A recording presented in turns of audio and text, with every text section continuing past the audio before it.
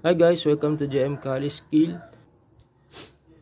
So, ang video natin ngayon ay tungkol naman sa pagtanggal ng stock paper. So, nakikita natin dito is nag-stack yung paper sa loob.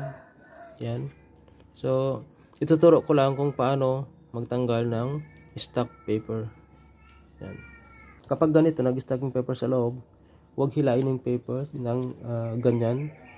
Instead na i-move yung cartridge tulad nito, nasa left side siya.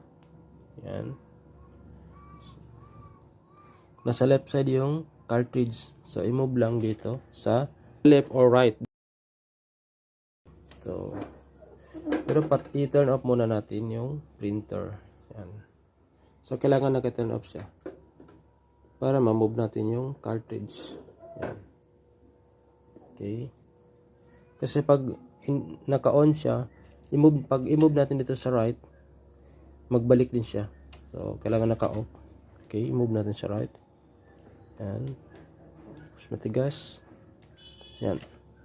Okay. So, yan. So, successful na siya naka-move sa left side. Tapos, ito, yung nakapasok, alisin na lang yung ganyan. Yan.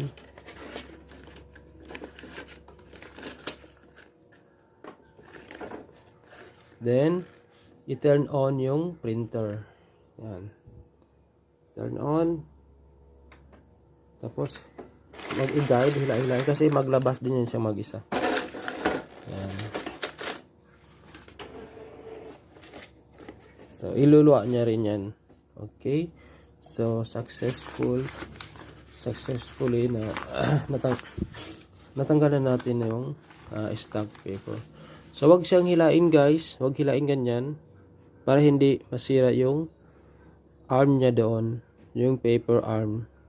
Kapag hilain mo yung paper sa loob, ma-disalign yung paper arm niya sa loob. Yan.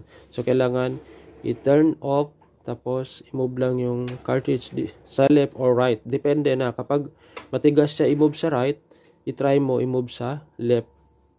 So, kapag na-move na siya, natanggal na siya sa gitna, yun na ang time na ayusin mo yung paper, tapos i-turn on mo yung printer. Tapos sabay, guide mo, hila-hilain mo ng konti. Huwag palakasin kasi iluluwa niya rin yan. Okay, sana guys, may natutunan kayo sa short nating video. So, hanggang dito na lang tayo. Kita-kits na lang tayo sa susunod nating video. Thanks for watching.